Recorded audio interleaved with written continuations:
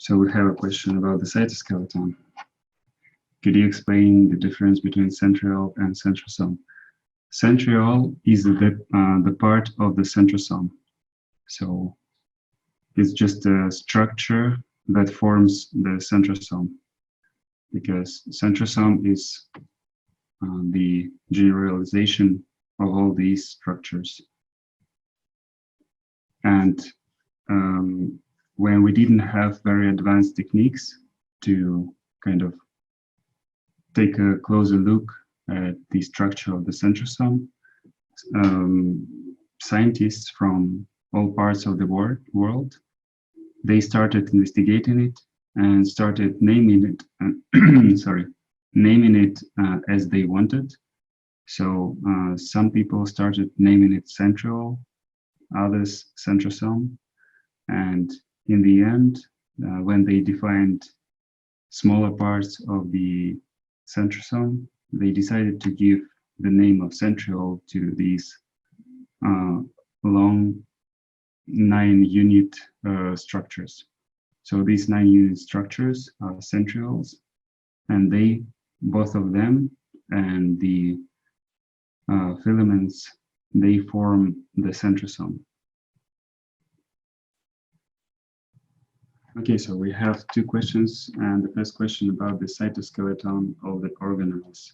So the only organelle that has the cytoskeletal structure is, it's not only, but the biggest one is nucleus, because it is inside the envelope, and this envelope is powered or forced with the cytoskeletal filaments called lamins, and they make it rigid, so nothing can bend it, nothing can tear it.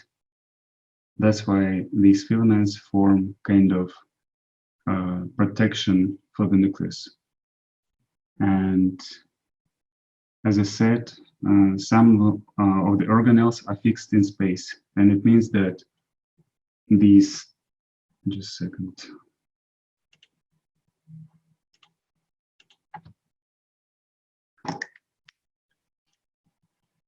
Let's say you have a cell,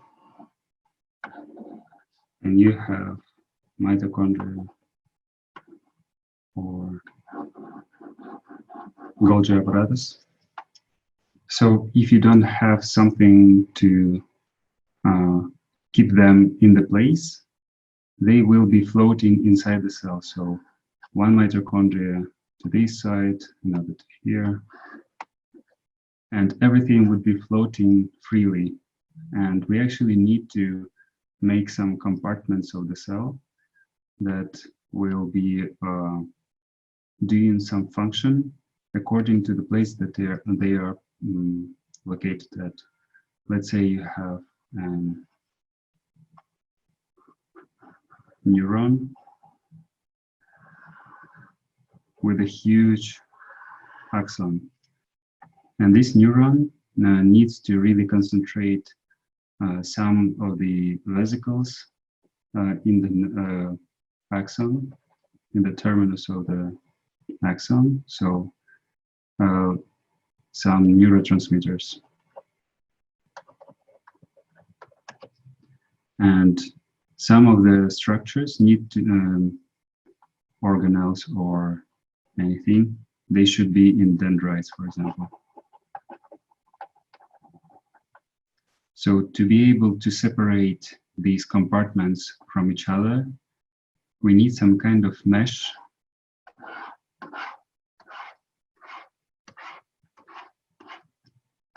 that will hold everything in its place. So let's say this small mitochondrion, it is kind of glued to these two filaments, and it doesn't move because of these filaments. And whenever the cell needs it to be in the other place, it takes it, and with the help of motor proteins, it starts moving it across, but the movement is very controlled. Without the need, the cell will not take this mitochondria from its place, and it will not change its location. That's how you may concentrate, for example, mitochondria in one place that really needs energy for production of the proteins or movement, etc. The same happens in sorry. The same happens in neurons.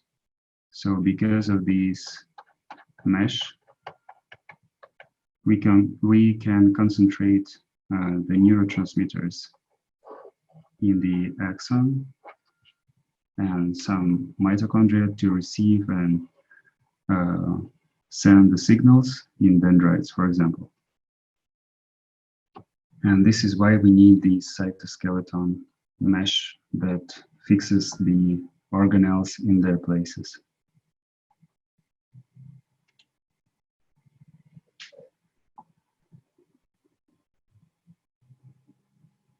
Okay, so intercellular transport.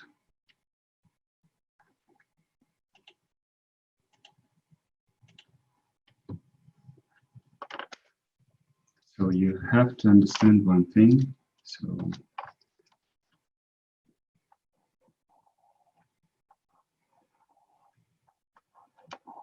let's say we have 3 cells and intercellular. So inter means from one cell to another, and it's just between 2 cells. And if you think about insides of the cell, so from one part to another, it will be called intracellular.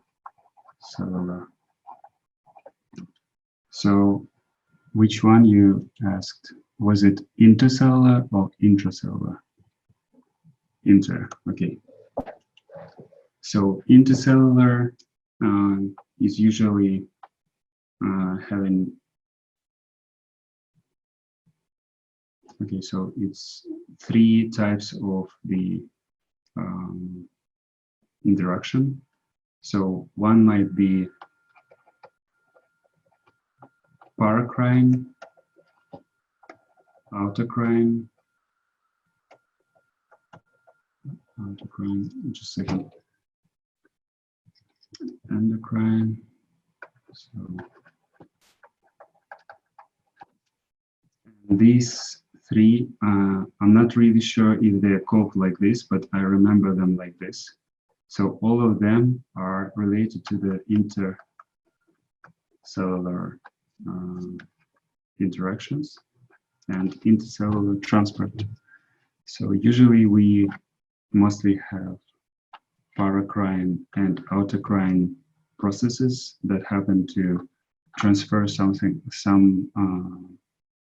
vesicles between the cells. So autocrine means the cell secretes something and then consumes it. Usually it's needed to kind of tune itself, just to kind of control the processes in a manner that you secrete few molecules that will be obtained by the receptors. And these receptors, so they take these molecules and they start a huge signaling pathway that changes everything inside the cell. So this will be one part of intercellular, but also other cells in the in the close proximity, they can also take these substances and start the same signaling. And so this is paracrine and autocrine. And if you think about the transportation itself, so intercellular. So let's say one cell produces the nutrients that the other cell does not produce. So we have nutrients plus and nutrients minus, for example. So this cell produces these lipids, for example, in the smooth endoplasmic reticulum, and forms these vesicles with this lipid, and it starts moving it to the biomembrane. And after that, it secretes them, and the other cell catches these vesicles, so it starts the endocytosis of these vesicles. That is the intercellular transport. Question about lecture 4. Can you please explain the difference of bright field and dark field? Yes, just a second.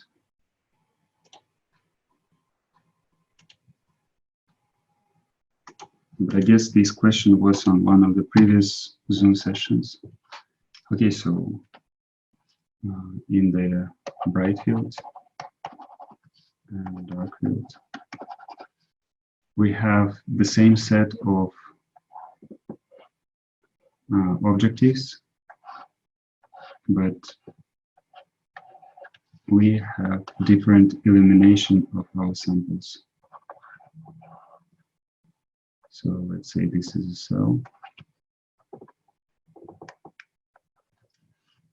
And in the case of bright field, we have parallel rays of the light that come to our sample, and they usually come under the right angle, so it is 90 degrees. In this case, the light usually passes through whenever it doesn't have any obstacles. So in this case, for example, very close one, because of the thickness of the cytoplasm, it will start bending a little.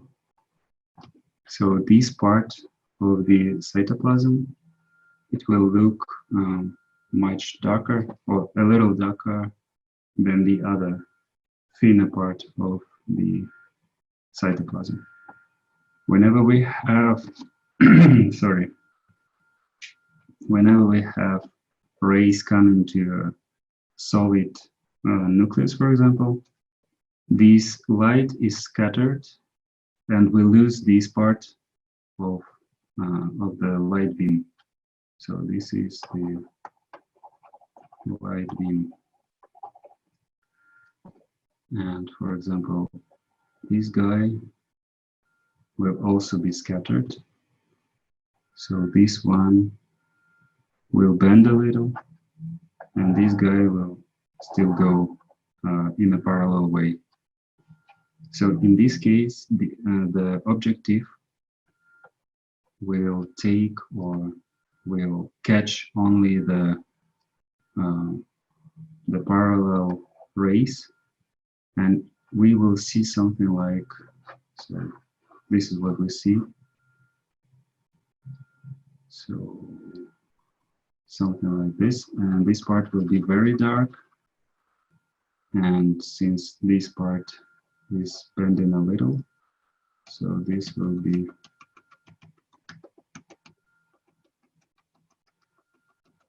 darker than this part.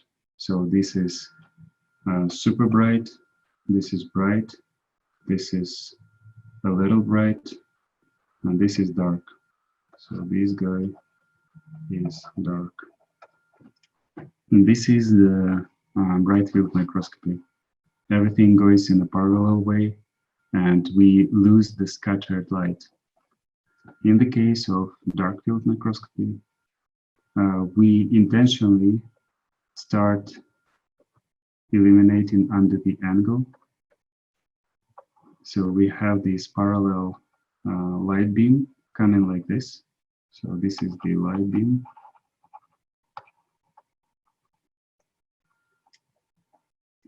And these light rays. they come, let's say, to our cytoplasm. So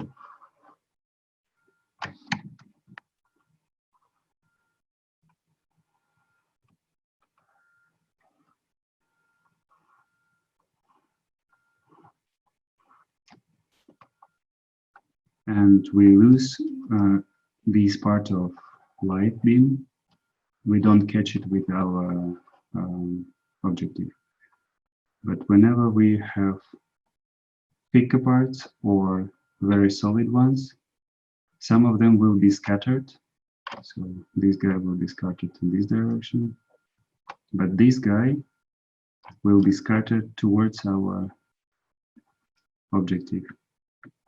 And for example, this one will start bending and also will be scattered towards our objective. Other parts will just pass through the cell, we will lose it.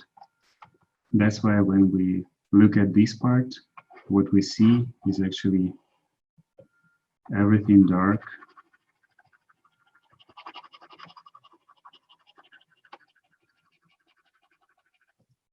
And the ones that were scattered towards us, they will be little bright, and the solid ones will look very bright. So it will be super bright. And here everything else will be very, very dark, because we lost all of this background. That's why it's called Darkfield. So most of the image will be dark, and here most of the image will be bright. And this thing, like this window, is called field. And in this case, it's field of the, again, dark field and bright field.